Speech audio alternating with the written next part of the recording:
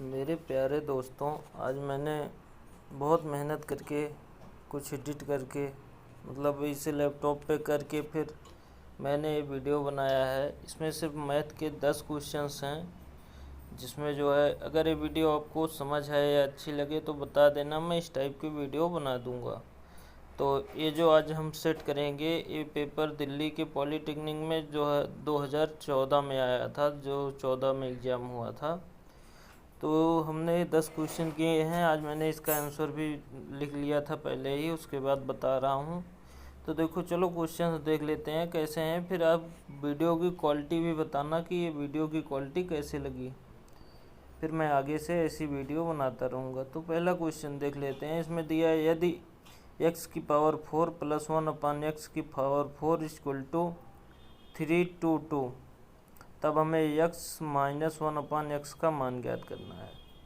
तो देखो, इसमें हम क्या किए, हमें पता था कि इसका जो फार्मूला होता है इधर भी +2 होता है। हमने दोनों साइड +2 ऐड कर लिया। ओके, अब ये हो गया x + 1/x के होल स्क्वायर का इधर फार्मूला बन गया, और इधर जो है 324 हो गया, जो कि 18 का स्क्वायर है। अब देखो, दोनों साइड स्क्वायर था, स्क्वायर से स्क्वायर कैंसिल हो गया। ओके, अब हमने क्या किया, दोनों साइड 2 माइनस कर लिया। 2 इसलिए माइनस किया क्योंकि हमें अब माइनस वाला फार्मूला चाहिए, क्योंकि यहाँ पे जो हमारी वैल्यू निकालनी है वो x - 1/x की वैल्यू निकालनी है। तो हमने फिर दोनों साइड माइनस कर लिया, तो यहाँ पे जो है x - 1/x का स्क्वायर बन गया। इधर 2 माइनस कर लेंगे तो 16 हो जाएगा, 4 का स्क्वायर, फिर इधर से स्क्वायर कैंसिल हो गया। अब हमारा आ गया वैल्यू। ओके, चलो अब एक क्वेश्चन देख लेते हैं। ये क्वेश्चन कह रहा है, यदि x - p एक ब्रैकेट में, उसके बाद कह रहा है x² - x - 6 और x² + 3x - 18 का मासापा है, तो p का मान। तो देखो, यहाँ x = p दिया है, जो कि वैल्यू मैंने यहाँ पे लिखा है। एक सेकेंड, ब्रश ले लूँ, इसे मैं इरेज हटा लेता हूँ यहाँ पे। तो देखो, इसमें जो है हमने क्या किया, p था तो x के स्थान पे p इस वाले इक्वेशन में रख लिया और इस वाले इक्वेशन में भी रख लिया। ओके, और हमने दोनों का क्या किया, गुणनखंड किया। पहले इसका किया p² - p - 6 = 0, तो इसकी 2 वैल्यू आई, p = 3, p = -2। और उसके बाद हमने इसका कर लिया p² + 3p - 18 = 0, इसकी भी वैल्यू 2 आ गई, जो है p = 3, p = -2। तो हमारे देखो, इसमें 3 है भी और दोनों में 3 कॉमन है, तो हमारा p की वैल्यू क्या हो गई, 3 हो गई। अब इस क्वेश्चन को एक और ट्रिक बता दे रहा हूँ, कुछ लोगों को वो ट्रिक बहुत आसान लगती है। तो देखो, जब भी ऐसे क्वेश्चन का मासा कहे, इसी में चारों ऑप्शन दिए गए हैं ना, इसी चारों ऑप्शन को उठा के इसमें पुट कर लेते हैं। देखो कौन सा सेटिस्फाई कर रहा है। तो जब हम इसमें 3 को रखेंगे तो 3 × 3 = 9, -3 - 6 9 9, ये 0 हो गया। ऐसे ही इसमें रखेंगे तो ये भी 0 हो जाएगा, तो ये वैल्यू सही हो गई। ऐसे ही अगर और कोई रखोगे, देखोगे नहीं होगा। तो वैल्यू पुट करके अगर ऐसे हो तो इनमें वैल्यू पुट कर लेते हैं। उसके बाद जो है चारों ऑप्शन में से जो सेटिस्फाई करता है वही सही हो जाता है। इतना सॉल्व करने की ज़रूरत उस टाइम नहीं होती। ओके, अब ले लेते हैं नेक्स्ट क्वेश्चन, क्वेश्चन नंबर 3। देखो, इसमें कह रहा है, जब दो रेखाएं एक दूसरे को समांतर होती हैं तो उनके समीकरण कहलाते हैं। तो उनके समीकरण असंगत कहलाते हैं, क्योंकि जब रेखाएं हमारी, एक सेकंड, बरस नहीं लिया था। जब हमारी रेखाएं ऐसे होती हैं तो उनके समीकरण क्या होते हैं, असंगत होते हैं। मैं इस वीडियो के बाद तुरंत एक पिक भेज दूंगा रिलेटेड इससे, वहाँ पे आप इसका डिटेल्स देख लेना। अगला क्वेश्चन ले लेते हैं। देखो, इसमें इस क्वेश्चन इरेज हटा लेता हूँ।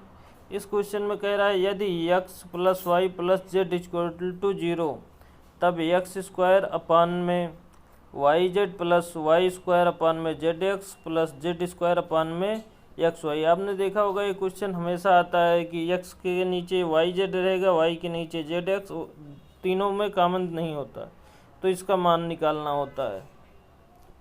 ओके, तो देखो इसमें क्या होता है कि ए हमें पता है इसका फार्मूला कि x square plus x cube plus y cube plus z cube equal to -3xyz का जो फार्मूला होता है ए वाला फार्मूला होता है, जहाँ पे हमें दिया है क्या x plus y plus z equal to 0। Okay, तो हमारी इधर की वैल्यू जब 0 रखेंगे तो यहाँ 0 और मल्टीप्लाई इतना, तो एक टोटल क्या हो जाएगा, इधर का पोर्शन 0। अब क्या हो गया, इतना इक्वल टू में क्या हो गया 0। ओके, अब जो है -3xyz को उधर लेके चले जाएंगे,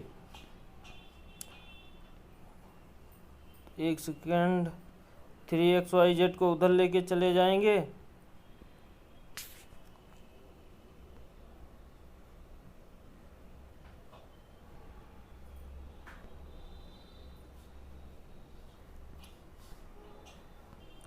सॉरी मुझे बुला लिए थे, एक सेकंड में बता रहा हूँ। देखो अब 3xyz इधर आ गया। अब xyz जो ए वाला पोर्शन है, एक सेकंड ब्रश ले लूँ, जो हमारा ए इसके नीचे का xyz है, ए सबके नीचे चला जाएगा, तो यहाँ वाला x ऊपर वाले x से कट गया, यहाँ वाला y ऊपर वाले y से कट गया। देखो ऊपर एक एक वैल्यू कम होती चली गई और यहाँ से इसमें आ गया 3। तो शायद ये क्वेश्चन समझ आ गया हो। ये फार्मूला याद रखना, जब यहाँ 0 हो गया तो इसे इक्वल टू करके इसे सॉल्व कर लिए। इसमें एक ऑप्शन और होता है कि इन वैल्यूओं को भी उठा के पुट करके आंसर आता है। अगर सबका बताऊंगा तो वीडियो बहुत ज़्यादा लंबी हो जाएगी, इसलिए इसे बाद में बताऊंगा। यहाँ से ये, और जो भी वीडियो समझ ना आए, मतलब जो भी क्वेश्चन समझ ना आए वीडियो में, आप उसका स्क्रीनशॉट लेके ग्रुप पे डाल देना या मुझे पर्सनल दे देना, वहाँ से मैं उसे बता दूंगा। अगला क्वेश्चन देख लेते हैं। अगला क्वेश्चन क्या कह रहा है, समांतर श्रेणी में Tm plus n plus Tm minus n का मान होगा। इसमें 4 ऑप्शन दिए हैं। तो समांतर श्रेणी में पता है प्रथम पद a लेते हैं और समांतर d लेते हैं, तो a वाला हमारा फार्मूला हो जाएगा। उसके बाद इसे सॉल्व करके हमने a वैल्यू निकाल लिया, बस इसका a फार्मूला, इसका a, ये क्वेश्चन समीकरण 1 हो जाएगा, ये हमारा 2 हो जाएगा। और इन दोनों को हमने सॉल्व करके यहाँ से ए वैल्यू पुट कर लिया, इन दोनों को ऐड कर लिया, दोनों समीकरण को, क्योंकि हमें ऐड में वैल्यू पूछ रहा था। यहाँ पे समीकरण 1 और 2 को जोड़ लिया और ये वैल्यू आ गई, इसमें से 2 कॉमन ले लिया। अब इसका टीएम होता है, इसका फार्मूला देखो, यहाँ से यहाँ तक का फार्मूला टीएम होता है, तो 2 इंटू टीएम हो गया। ओके, अब अगला क्वेश्चन देख लेते हैं, इसे हटा देता हूँ। इसमें कह रहा है यदि x की पावर 1/3 प्लस y की पावर 1/3 प्लस z की पावर 1/3 इक्वल टू 0, तो अब इसमें से वैल्यू निकालनी है। तो देखो वहाँ भी मैंने बताया था, देखो x y z equal to यहाँ पे यदि 0 हो तो ओके, पहली कंडीशन पे मैंने वहाँ बताया था, तो इक्वल टू में 0 हो जाता है। इससे जो चौथा क्वेश्चन था उसमें ये फार्मूला लगा था। अब देखो ये क्या हुआ, इतना हो गया।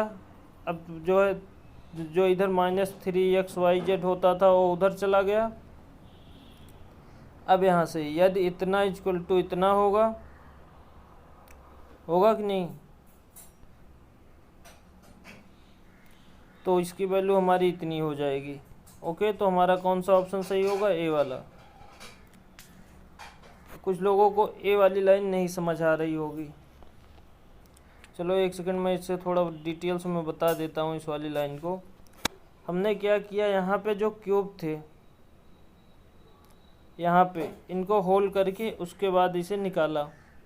अगर ये ना आए स्क्रीनशॉट लेके दे देना, मैं इसका अलग से, इस क्वेश्चन का अलग से एक वीडियो बना के डाल दूँगा। अब अगला क्वेश्चन देख लेते हैं।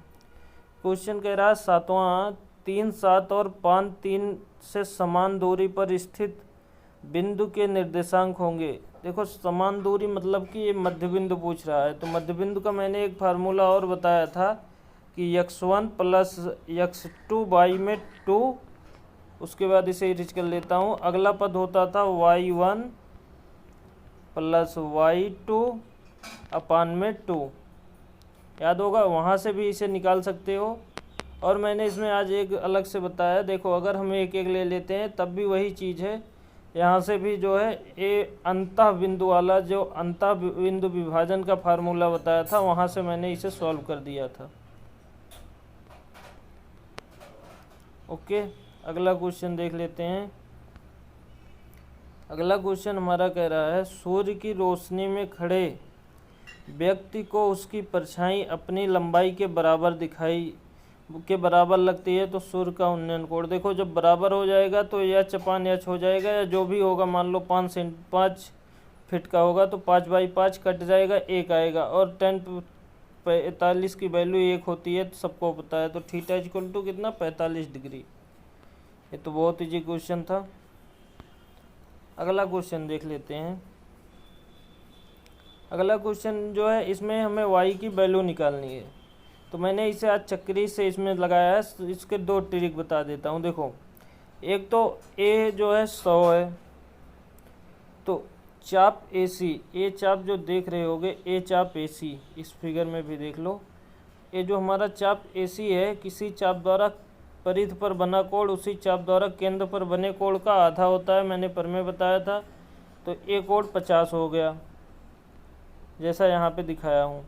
उसके बाद देखो, ये हमारा चक्रीय चतुर्भुज है, यहाँ पे B होगा, लिखा नहीं गया, सॉरी, यहाँ पे B लिखा जाएगा। तो देखो, सम्मुख कोणों का योगफल मैंने बताया था, चक्रीय चतुर्भुज में 180 अंश होता है।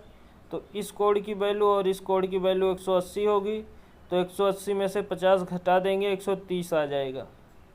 एक तो ये एक आइडिया था इस क्वेश्चन को सॉल्व करने का। दूसरा मैं बताता हूँ। देखो, एक हमारा 100 है, तो जो ये हमारा बाहर का कोण होगा, बाहर का कोण एक बिंदु पे 360 बनता था, 100 निकल गया, तो ये कितना होगा, 260। ओके, बाहर का कोण 260 हो जाएगा। तो इस कोण की वैल्यू हमारी कितनी आ गई, 260 मैंने बताया था। अब देखो, ये बाहर का था, ए भी मैंने कहा था।